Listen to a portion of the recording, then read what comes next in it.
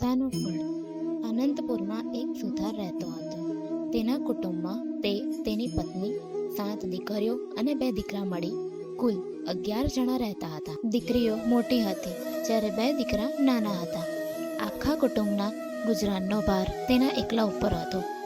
તે લાકડા ઉપરની કલાકારીગરીમાં હોશિયાર હતો. તેથી ગામમાંથી તેને સુથારી કામ મળ્યા કરતું. તે ખાસ કરીને દેવદેવીઓના નાના નાના મંદિરો બનાવતો. દિવસ ઉગે ત્યારથી મોડી રાત સુધી મહેનત કરતો. ત્યારે માંડ માંડ તેના ઘરનું ગુજરાન ચાલતું. વસ્તારી કુટુંબમાં એક જ જણ રડનાર હોય ત્યારે જીવન નિર્વાહ ચાલવો ભારે પડે છે. દીકરીઓ મોટી હોવાથી સુથારે સારા મુહૂર્તિયા શોધીને પરણાવવા માંડી અને સાસરે વળાવવા માંડી. લગ્નના ખર્ચામાંથી સુથાર ઊંચો ન આવતો ન હતો. વળી દીકરીઓ અવારનવાર સાસરેથી પિયરમાં આવે ત્યારે તેને કપડાં લત્તા અને કંઈક રોકડ આપવી પડે. આથી સુથાર દિવસે દિવસે આર્થિક રીતે ઘસાતો જતો હતો. જેમ જેમ દિવસો વીતતા ગયા તેમ તેમ સુથારની ચિંતા વધતી ગઈ. વળી જુવાની હતી ત્યાં સુધી તો રાત દિવસ કામ ખેંચતો, પણ હવે તો શરીર ના પાડવા લાગ્યું. શરીર થાકી જવા લાગ્યું. છતાં સુથાર જેમ તેમ કરીને ઘરનું ખર્ચ કાઢવા મહેનત કરતો. જુવાનીમાં સુથારને ભગવાન સાંભળ્યા ન હતા. તે તો પોતાના કામમાં જ રચ્યો પચ્યો રહેતો. હવે ઉંમર થતાં તે રોજ સવારે ઉઠીને દેવદર્શને જવા લાગ્યો. ક્યારેક કથા વંચાતી હોય, કીર્તન થતું હોય ત્યારે તે સાંભળવા બેસી જતો. એકવાર ગામમાં એક કથાકાર આવ્યા. તે સુંદર કથા કરી. સુથાર તેમની કથા સાંભળવા બેઠો. કથાકારે કહ્યું, પ્રાણી માત્રના ભરણપોષણની ચિંતા દરરોજ ભગવાન રાખે છે. તે કીડીને કણ અને હાથીને મણ દેનારો છે. તે ભૂખ્યા ઉઠાડે છે પણ કોઈને ભૂખ્યા સુવાડતો નથી. છતાં માણસ ચિંતામાં ને ચિંતામાં આખી જિંદગી પસાર કરે છે. તે ભગવાન ઉપર ભરોસો રાખતો નથી. ભગવાન ઉપર ભરોસો રાખનાર કદાપી દુઃખી થતો નથી. ભગવાનની ચિંતા કરવી પડે છે. કથાકારના આ શબ્દ સાંભળી સુથારને પસ્તાવો થવા લાગ્યો. તે વિચારવા લાગ્યો કે આખી જિંદગી મેં ઢસરડો જ કર્યો. કોઈ દિવસ શાંતિથી બેસી ભગવાનનું નામ નથી લીધું. હજુય સમય છે. ભગવાનનું નામ લઉં, તેનું ભજન કરું, તેનું સ્મરણ કરું. તો આ અવતાર તો એડે ગયો, પણ પરલોક તો સુધરી જશે. આમ વિચાર કરતો કરતો સુથાર ઘેર આવ્યો અને તેની પત્નીને ઉદ્દેશીને કહ્યું, હવે મારાથી કામ થતું નથી. એ તો તું જાણે છે. હવે તો બની શકે તેટલું ભગવાનનું નામ લઉં. ભગવાન મને બળ આપશે તો થોડું ઘણું કામ કરીશ, જેથી આપણું ગુજરાન ચાલે. બાકીનો સમય ભગવાનની ભક્તિમાં ગાળીશ. 1000 હાથવાળો મારો નાથ આપણને મદદરૂપ થશે. પત્ની બોલી, તમારું કહેવું ખરું છે. તમે ઘણું વૈતરું કર્યું. હવે ભગવાન ઉપર શ્રદ્ધા રાખી તેની ભક્તિ પણ કરતા રહો. જાણે સુથારની કસોટી કરી રહ્યો હોય તેમ તેની સ્થિતિ દિવસે દિવસ બગડવા લાગી. તે રોજ ભગવાનની ભક્તિ કરતો હતો પણ સુથારી કામ મળતું ન હતું. આથી ક્યારેક ઘરમાં ચૂલો ન સળગે એવી હાલત થઈ જતી. આમ થતાં પત્ની મૂંઝાઈ જતી અને પતિને 2 શબ્દો કહેવા ઈચ્છા થતી, પણ તે મૌન રહેતી. સુથારને તો ભગવાનમાં અતૂટ શ્રદ્ધા બેસી ગઈ હતી. મારો વહાલો મોડે વહેલે પણ અમને સહાય કરશે. તે દરરોજ કથા વાર્તામાં જતો હતો. એવામાં પુરુષોત્તમ માસ આવ્યો. કથાકારે પુરુષોત્તમ ભગવાનના મહિનાની વાત કરતાં કહ્યું, પુરુષોત્તમ માસ આવી રહ્યો છે.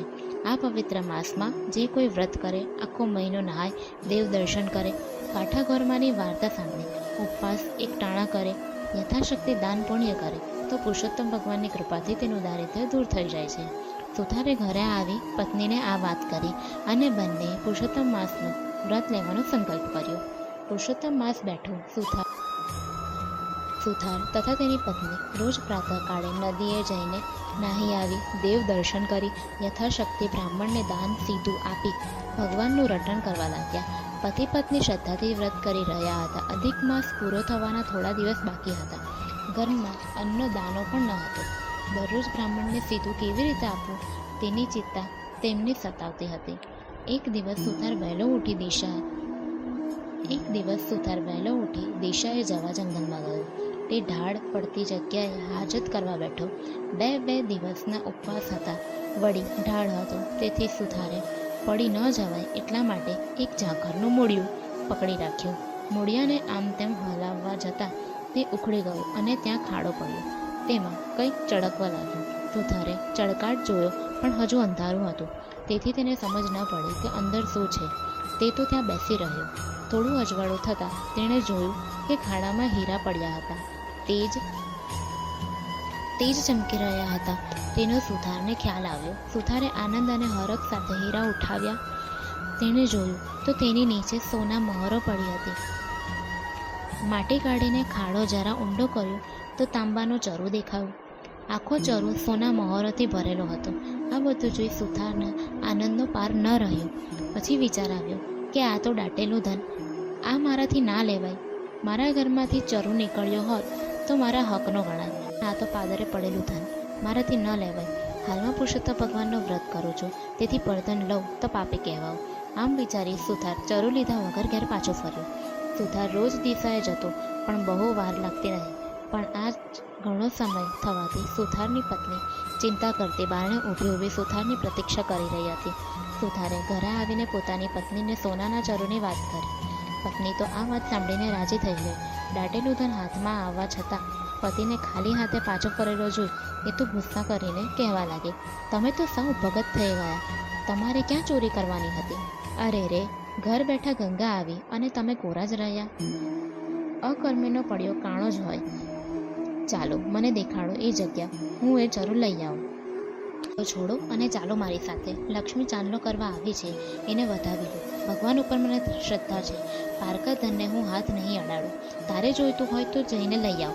મારા ભગવાન મને ન્યાય કરવો હશે તો ઘરમાં બેઠા બેઠા ધનનો વરસાદ વરસાવશે. આ સાંભળીને પત્નીનો કપાળ કૂટવા લાગી. પણ સુથાર એકનો બે ન થયો. પત્નીએ બહુ ધમપછાડા કર્યા. ત્યારે એણે એ સ્થળની નિશાની આપીને કહ્યું, તારે ચરું જોઈતું હોય તો લઈ આવ, હું તો નહીં જાઉં. સુથારણે જવાની તૈયારી કરી એટલે સુથારે કહ્યું, સૂર્યોદય થતાં જ નદીએ નાહવા જવાનો આપણો નિયમ છે. જો એ નિયમ તૂટશે તો ભગવાન નારાજ થશે. છેવટે સુથારણે જીદ છોડી બંને નદીએ નાહવા ગયા. જ્યારે સુથાર અને તેની પત્ની ઊંચા અવાજે સોના મહોરા ભરેલા ચરુની વાત કરી રહ્યા હતા, ત્યારે તેમની બંનેની વાત પડોશમાં રહેતા વાળંદ સાંભળતો હતો. જેવા સુથારણ નદીએ નાહવા ગયા કે તરત વાળંદે તેની પત્નીને ઉઠાડીને બધી વાત કરી. બંને તૈયાર થઈ ચરું લેવા પડ્યા. સુથારે વાતમાં જગ્યાની એંધાણી બતાવી હતી. તે આશરે તેઓ ત્યાં પહોંચી ગયા. ચરુવાળી જગ્યાની ઉપર તાજી માટી વાળેલી હતી એટલે એમને તરત તેની ખબર પડી ગઈ હતી કે અહીં ચરું છે. બંનેએ હાથોહાથ માટી ખોદી નાખી. જોયું કે ખાડામાં તો મોટા મોટા વીંછીઓ ખદબદતા હતા. દ્રશ્ય જોઈ બંને હેબતાઈ ગયા. તેમના આશ્ચર્યનો અને ગુસ્સાનો પાર ન રહ્યો. તેમણે મનમાં નક્કી કર્યું કે સુથારણે અમારું જૂનું વેર વાળવા માટે વીંછીઓ કરડાવવાનું આ કાવતરું રચ્યું લાગે છે. બસ હવે અમે તેને ખબર પાડી દઈએ ત્યારે જ ખરા. આવો વિચાર કરીને તેમણે ખાડાવાળી માટીમાંથી વીંછીઓ ભરેલ ચરું પોતાની સાથે લાવેલ ચાદરમાં બાંધી પોતાને ઘરે લઈ આવ્યા. એ ચરું લઈને વાળંદ છાપરે ચડી ગયો અને સુથારના નળિયા ખસેડીને ત્યાં બેઠો. સુથાર અને તેની પત્ની સ્નાન કરીને પાછા આવ્યા. સુથાર ભગવાનની પૂજા કરવા બેઠો. લાગ જોઈને વાળંદે ચરું ઊંધો વાળી દીધું. ખડીંગ કરતી સોના મહોરો વરસી. સુથાર અને તેની પત્ની તો હેબતાઈ ગયા. સુથારની આંખમાં આંસુ આવી ગયા. અરે રે, ભગવાને મારા માટે કેવું કષ્ટ લીધું. મેં ઘરે બેઠા ધન માંગ્યું તો તેમણે છાપરું ફાડીને સોના મહોરો વરસાવી. સુથારને પુરુષોત્તમ ભગવાન ઉપર અપાર શ્રદ્ધા હતી.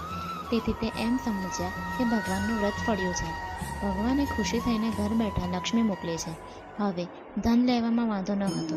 તેથી સુથાર અને સુથારણે બધી સોના મહોરોને એક કોઠીમાં ભરી દીધી. થોડા હીરા હતા તે દાબડીમાં મૂકી દીધા.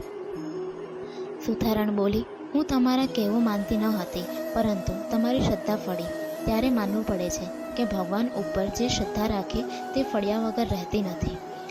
આ બાજુ અદેખો વાળંદ અને તેની પત્ની રાહ જુએ છે કે હમણાં સુથારના ઘરમાંથી બૂમાબૂમ થશે, રોકકળ થશે, ચીસો પડશે. ઘણી વાર થઈ પણ કંઈક ચીસાચીસ ન સંભળાય એટલે વાળંદ જાતે સુથારના ઘરે જોવા લાગ્યો. જોયું તો તે બેઠા બેઠા માળા ફેરવતો હતો. ધન તો જેના ભાગ્યમાં લખાયું હોય તેને જ મળે છે. સુથારના ભાગ્યમાં ઘેર બેઠા ધન મળવાનું લખેલું. તેથી વાળંદે ચરું ઉપાડી લાવીને તેના ઘરમાં ઠાલવ્યું. ખરેખર ભગવાનની લીલાનો કોઈ પાર નથી. સુથારણે ધન મળ્યાની વાત જોઈને સુથારણે ધન મળ્યાની વાત કોઈને જણાવી નહીં, પરંતુ તે ધનનો ઉપયોગ તે સારા કામમાં કરવા લાગ્યો. હવે તેની પાસે ધન આવવાથી તેઓએ પુરુષોત્તમ વ્રતનું ઉજવણું સારી રીતે કર્યું. ઘણા બ્રાહ્મણોને જમાડ્યા, દાન દક્ષિણા આપી અને અનેક સદાવ્રત બાંધ્યા. તેઓ હવે આખો સમય ધર્મ ધ્યાન, કથા કીર્તન અને ભગવાનના ભજનમાં આપવા લાગ્યા. હે પુરુષોત્તમ ભગવાન, તમે જે સુથારણને ફળ્યા એવા તમારા વ્રતમાં શ્રદ્ધા રાખનાર સર્વને ફળજો. બોલો શ્રી પુરુષોત્તમ ભગવાનની જય.